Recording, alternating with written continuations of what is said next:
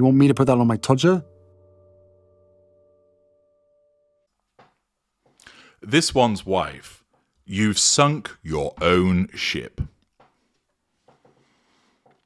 It's commonly the case that narcissists cause problems for themselves, naturally for other people, but also for themselves, as a consequence of the pursuit of the prime aims.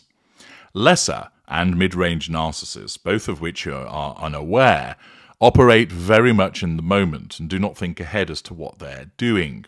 Accordingly, this approach serves them excellently well with regard to the gaining of control and the drawing of fuel, character traits and residual benefits, but what it doesn't enable them to do is cause them to have stable lives. Some narcissists are more stable than others, but often you will find that the narcissist has a succession of failed relationships in an intimate arena, that the narcissist will have been in and out of work or moved job to job, that friends are gained and friends are lost, that there are fractious relationships with family members, that their finances go up and down. As mentioned, some are more stable than others, but you will always be able to find the casualties, if you will, of the narcissism. And this one's wife is entirely in keeping with that. Married once already, possibly twice, dependent on which version you believe. A string of intimate partners, none of whom particularly speak favourably about her. The best she gains is they say nothing, which tells its own story. The fact that she has childhood friends that are scattered to the four winds, that she has nothing to do with her father, her half-sister, her half-brother, the fact that she has nothing to do with extended members of the royal family, the fact that she has fallen out with members of staff, that people have resigned from working for her, all of this is demonstrative of the chaotic nature of the narcissist and the collateral consequences that are created. All the narcissism cares about is gaining control. So if gaining that control in that moment enables the narcissist to gain it by, say, punching somebody in the face, control is gained in that moment. But thereafter, that person they've just punched, who, let's say, might be a friend, decides to terminate the friendship. The friendship has gone, which then creates another threat to control because that person has essentially moved themselves out of the fuel matrix. But the narcissist is likely either to complain about that person, they went for me first, I defended myself, and look at them now, they won't talk to me, smearing them to other people to gain an indirect assertion of control, or essentially jettisoning them by turning around and saying, forget it, I don't want to be friends with somebody like that. And thus, in the circumstances, that enables the narcissist to nullify the second threat to control that comes along, but they've lost a friend. It could be the case that the narcissist erupts at work, shouting and screaming at a superior as part of the assertion of control in that moment. Yet, they end up getting sacked. Once again, their sacking is a threat to their control. Their narcissism will cause them either to complain about it to somebody else or retreat saying, I never wanted this fucking job anyway. Again, control is obtained, but they've gone and lost their job. And thus, time and time and time again, you will see with narcissists, especially those of the lesser and mid-range variety, that they will end up in a particular way causing that chaos, that they will cause problematic behaviours for themselves, but they will never ever understand that it is their fault. The narcissism steps in to blind them to that. The narcissism tells them that the reason they lost their job was because they have an unreasonable boss. The reason that that friend walked away is because they're a pain in the arse and a wimp. The narcissist will never ever accept accountability for their actions. This one's wife has caused fallings out, strife and problems all around her throughout her life. And once again, in an attempt to settle scores by utilising the improbably named plastic-faced Weasley Lick-Spittle Lieutenant Owen Scobie as a means to smear the royal family, her attempts to achieve this, in asserting control in that moment, have ended up backfiring. Daniela Elsa writes in news.com.au, Bellendgame. Explosive royal book ruins this one's wife's rebrand. Indeed it does. As I mentioned yesterday, the smearing has backfired. But let's see now how that backfiring is now amplified in the press. Elsa writes, if you fancy some midweek irony, step right up.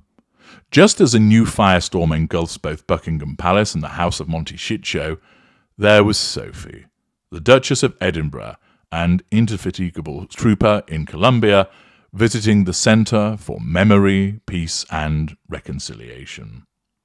Reconciliation, maybe in Bogota, but not Buckingham Palace right now. This week has seen the release of the new book, Bellendgame, by Duke and Duchess of Sussex sympathiser, and of course Lieutenant, Omid Scobie, and which has dished up a fresh round of damaging claims about the firm and all those who punch in every day. You didn't know that the Princess of Wales has a time card? But of course. You might think that the biggest loser, the person who has suffered the largest setback since Scobie decided to plump for a second bestseller, might be a certain king who has trouble using pens and making time for his firebrand younger son. You would be wrong. Instead, spare a thought for this one's wife, the Duchess of Sussex, today, as she watches a year's worth of hard work be dashed by one single solitary slip, Scobie's new Roman atone death. Let me explain.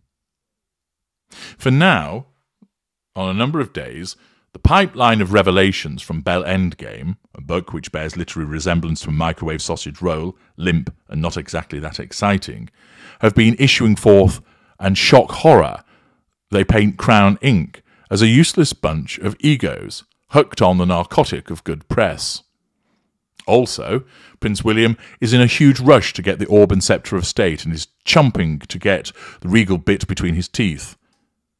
Kate, the Princess of Wales, is a limp and useless dolly who needs chivying along to do anything more than gardening or baby dandling for the cameras.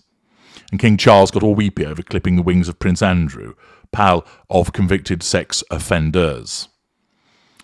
All of which was bad enough for the palace, and then came it, the moment that has loomed over their majesties, all the HRHs and the men in grey since that sun-dappled day in early 2021 when this one's wife sat down with softball interlocutor Oprah Winfrey.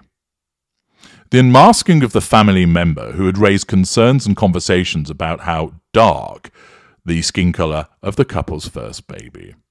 At the time, the Duchess demurred when it came to naming names, saying that would be very damaging to them. Except now, the cat is out of the bag thanks to a Dutch publisher, with the local language version naming the so-called royal racist. Let us pause here to observe the lightning bolts and thunderclaps currently breaking over Monarchy HQ as the royal family absorbs the gravity of all of this. While Endgame has been yanked from the shelves in the Netherlands, the biggest royal mystery since The Princes in the Tower has now been solved. The Daily Mail's royal editor, Rebecca English, has reported that, generally speaking about the book, there is shock in palace circles this week.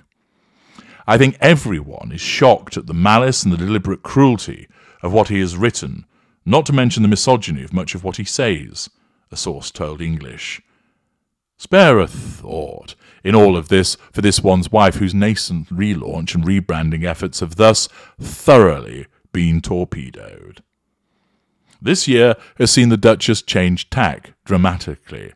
There has not been a single interview rehashing royal slights or referencing Nelson Mandela or presenting up the she and Harry as brave and embattled warriors for truth and soft-focus close-ups. Instead, the 42-year-old has spent this year on what looks like self-imposed mute, with Harry's book Spare and Harry's doco Heart of Invictus and Harry's big charity event, the Invictus Games, being the sum total of Planet Archwell's major output. Think of this as the Duchess creating a firebreak between the Sussex brand of yore, them trapped in a vinegary Groundhog Day of victimhood, and this one's wife 2.0. For months now, every single bit of reporting out of Monty Shitshow, and London, has said that the Duchess is busy building some sort of exciting, entrepreneurial digital thingamabob, which may or may not have something to do with wellness. Whatever it is, you just know that the phrase authentic self is going to get slung around with glee abandon. Scobie himself writes that the reason that this one's wife did not attend the king's coronation was because she didn't want to dive back into the soap opera of the court. Clearly, grey, drizzly Britain, where personal journey means talking about how long it took you to navigate the Fulham Road traffic snarl, is out, and carbohydrate-free powwows over 3 mineral water lunches are in. Recent months have seen the Duchess energetically throw her Philip Tracy hat in the Hollywood ring, hanging out with names such as Jeff Bezos, Kris Jenner, Netflix boss Ted Sarandos, and Kim Kardashian, attending a charity fundraiser with Harry, hosted by Kevin Costner, and prominently featuring Winfrey, and doing the red carpet like a seasoned professional at Variety's Power of Women event. The clear takeaway: the former Suits star wants to move on from the Sussexes' reputation as TV and podcasting dilettantes, whose successes can be fitted on the back of a beer mat, and who are wholly dependent on banging on about that palace palaver, and to relaunch herself as an entertainment power player in her own right.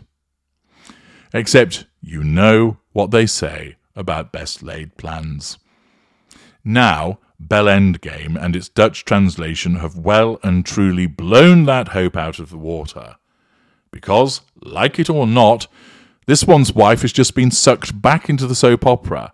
She's back to square one, and back to being mired in those claims of cruelty, unconscious bias, and conniving palace forces that she seems so keen to leave behind.